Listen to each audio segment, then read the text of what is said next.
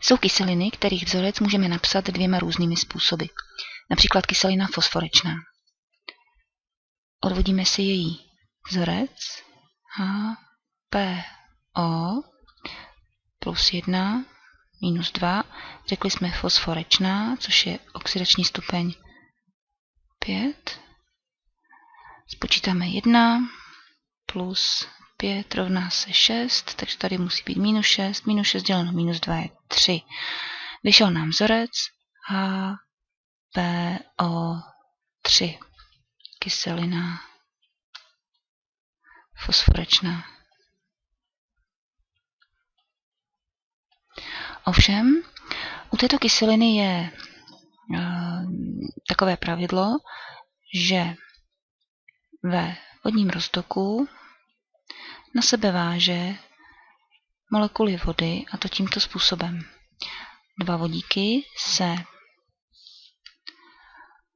Tyto dva vodíky se navážou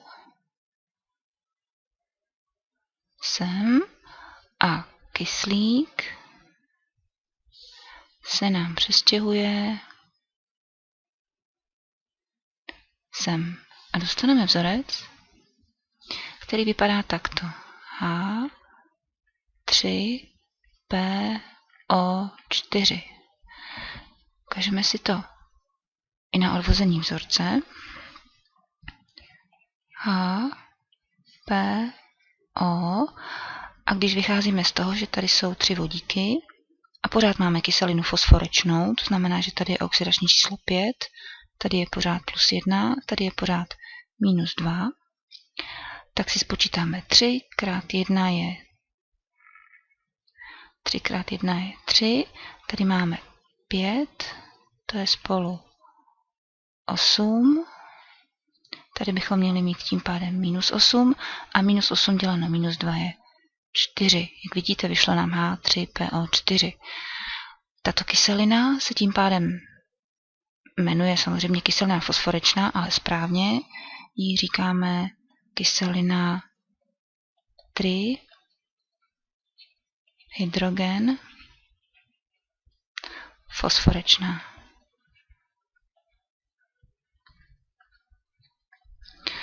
Aby to trošičku bylo i chemicky lépe popsaný, měla bych vám rozepsat strukturní vzorec té kyseliny, protože nemůžeme to zapsat jenom takto mechanicky.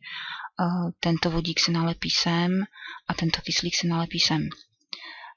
V tom vodním roztoku to vypadá takto. Uprostřed máme takzvaný centrální atom, ten je fosfor.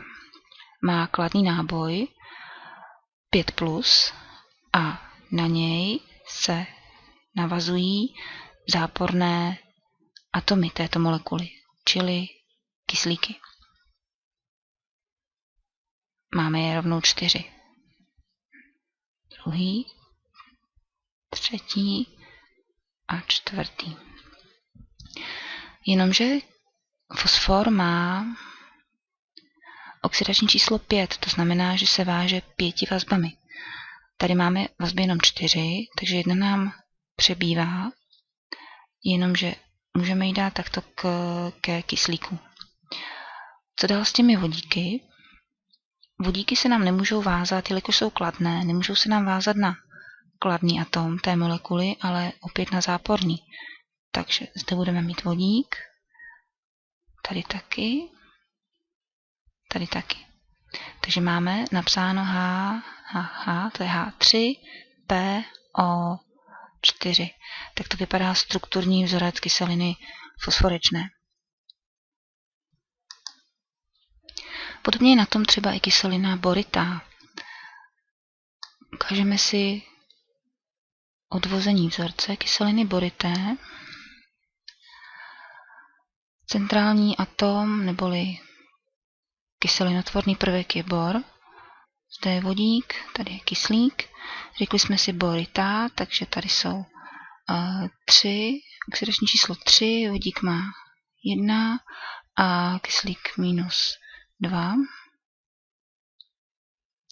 1 plus 3 rovná se 4, tady je minus 4 děleno 2 je 2. Takže jsme dostali vzorec HBO2. Jenomže opět kyselina boritá ve vodě vytváří tuhle strukturu H3BO3. Když si to rozepíšeme, tak dostáváme podobný vzhled. Bor má oxidační číslo 3, takže se váže 3 vazbami.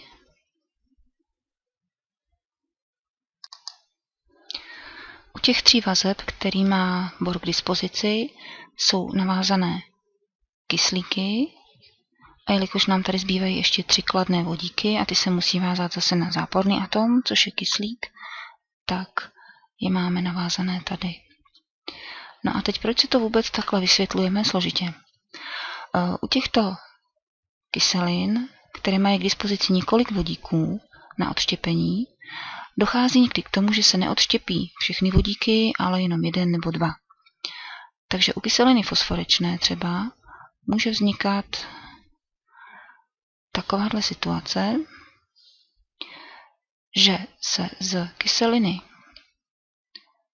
fosforečné H3PO4, teď to napíšu tak jako velmi schematicky, odštěpí jeden vodík a dostaneme odštěpí jeden H+, takže dostaneme H2PO4 a celý tento zbytek musí mít náboj 1-.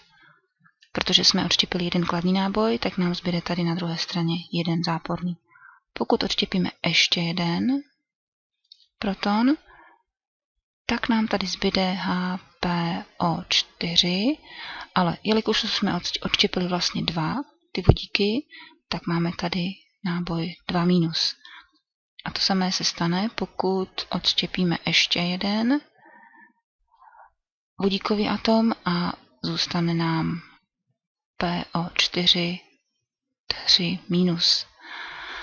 Tohoto využijeme při sestavování názvů a vzorců solí kyslíkatých kyselin.